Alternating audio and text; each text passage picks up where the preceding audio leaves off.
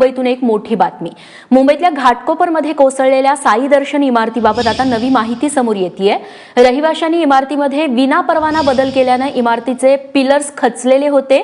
तसंच काहींनी या इमारतीमध्ये वैयक्तिक कार्यालय देखील काढलेली होती। या इमारतीत एकूण 12 कुटुंब राहत होती अशी माहिती मिळतेय। या इमारतीच्या खालच्या भागामध्ये नर्सिंग हॉस्पिटल होतं, मात्र काही नूतनीकरणाच्या कामामुळे इथं कुणीही रुग्ण नव्हते। सध्या या बिल्डिंगचा वरचा स्लॅब काढण्यात आलेला असून कॅमेऱ्याच्या मदतीने सध्या सर्च ऑपरेशन सुरू आहे।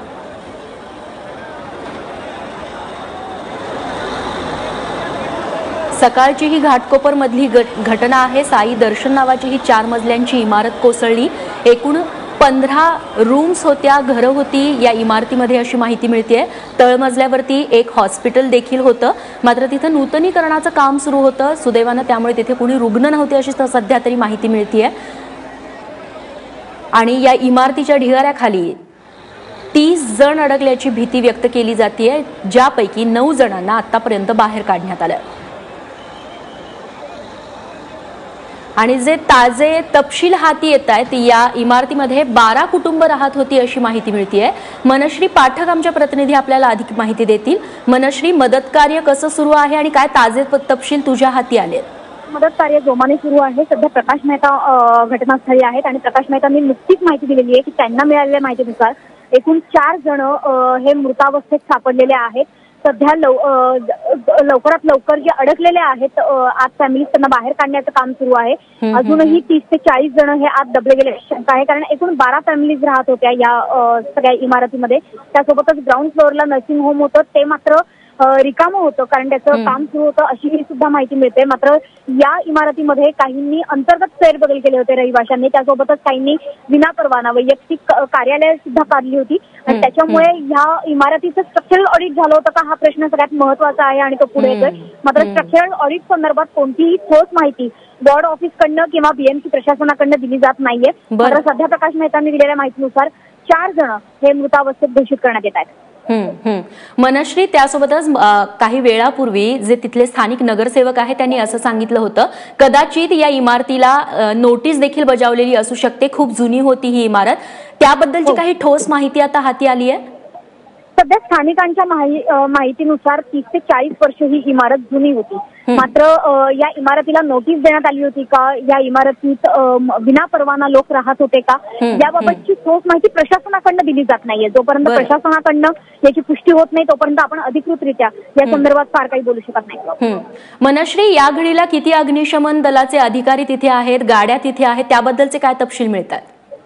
लेवल 4 नंबरचा हा कॉल आहे, त्याच्यामुळे अर्थातच अग्निशमन दलाचे जास्तीत जास्त अधिकारी कर्मचारी या घटनास्थळी आहेत। 14 ते 15 फायर ब्रिगेडच्या गाड्या इथे आहेत, 100हून जास्त अँब्युलन्स इथे तैनात करण्यात आलेले आहे। त्यासोबतच जर आजूबाजूचा परिसर आपण बघितला तर आजूबाजूला मोठ्या रहिवासी इमारती आहेत ज्यांचं स्ट्रक्चर म्हणजे ज्या नवीन आहेत, खरं तर फार जुन्या नाहीयेत। मात्र ही जी इमारत आहे ती प्रचंड आतल्या भागात आहे, अडगळीच्या भागात आहे, त्याच्यामुळे इतर इमारतींना जरी फार धोका नसला तरी सुद्धा जर खालनं जी येणाऱ्या जाणाऱ्यांची गर्दी असेल ते सुद्धा यात अडकलेले आहेत का अशी सुद्धा शंका व्यक्त केली जाते। मनश्री, सर्च कॅमेऱ्याच्या मदतीने सध्या हे सगळं मदत कार्य सुरू आहे असं आपल्याला कळतंय। या सर्च कॅमेऱ्याच्या मदतीने कसं काय या लोकांना शोधलं जातं त्याबद्दल तपशील सांगशील?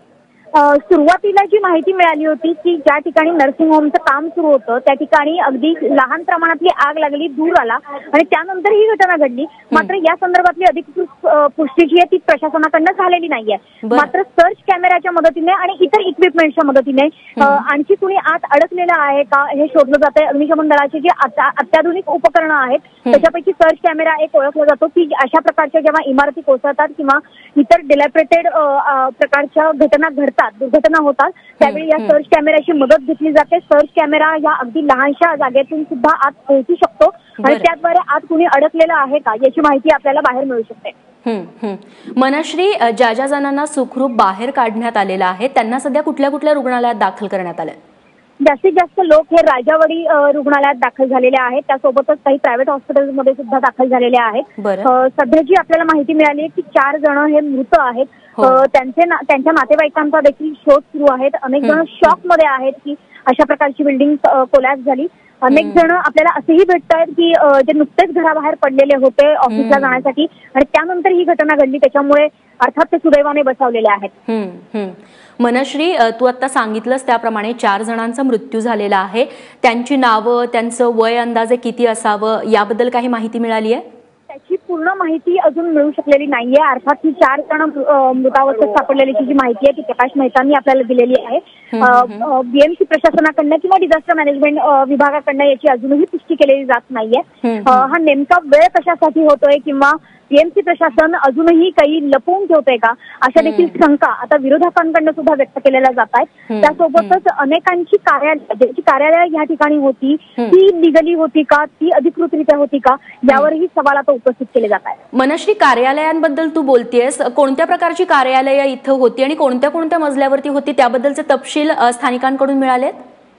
ज्या पद्धतीने आपण म्हटलंय की खालच्या तळमजल्यावरती नर्सिंग होम होतं, नर्सिंग होम हे रिकामं होतं, त्याच्यावरती फॅमिलीज राहत होत्या. या फॅमिलीजने आपल्या घराच्या शेजारीच अतिक्रमण करून गॅलरीमध्ये एक नवीन स्ट्रक्चर बांधून काही वैयक्तिक कार्यालय थाटली होती की जी त्यांच्या व्यवसायाला कामात येतील. ही कार्यालय पूर्णतः वैयक्तिक होती आणि अशाच प्रकारचे फेरबदल हे या इमारतीत झाले होते जे विनापरवाना झाले होते आणि या विनापरवाना केलेल्या फेरबदलांमुळे पिलर्सला धोका निर्माण झाला. पिलर्स ढासळल्यामुळे ही इमारत पूर्णतः ढासळली आहे अशी शक्यता वर्तवली जाते. निश्चित. मनश्री, तू आपल्यासोबत राहाच, तुझ्याकडून अधिक माहिती जाणून घ्यायची आहे. दरम्यान घाटकोपर मधली ही जी साई दर्शन इमारत आहे जी कोसळली आहे ती इमारत नेमकी कुठे होती आणि यामध्ये किती फ्लॅट्स होते ते आपण बघतोय. घाटकोपर मधल्या दामोदर पार्क परिसरामध्ये साई दर्शन नावाची ही 4 मजल्यांची इमारत होती जी सकाळी कोसळली. या इमारतीत 25 फ्लॅट्स होते आणि 12 कुटुंब राहत होती. इमारतीखाली नर्सिंग होम देखील होतं जे तळमजल्यावरती होतं. ही इमारत साधारणपणे 30 ते 40 वर्ष जुनी असावी असा अंदाज तिथल्या स्थानिक नगरसेवकांनी वर्तवलाय. आतापर्यंत या ढिगाऱ्याखालून 9 जणांना बाहेर काढण्यात आलेलं आहे आणि जी ताजी माहिती मिळते त्यानुसार आतापर्यंत याच्यामध्ये 4 जणांचा मृत्यूही झालेला आहे.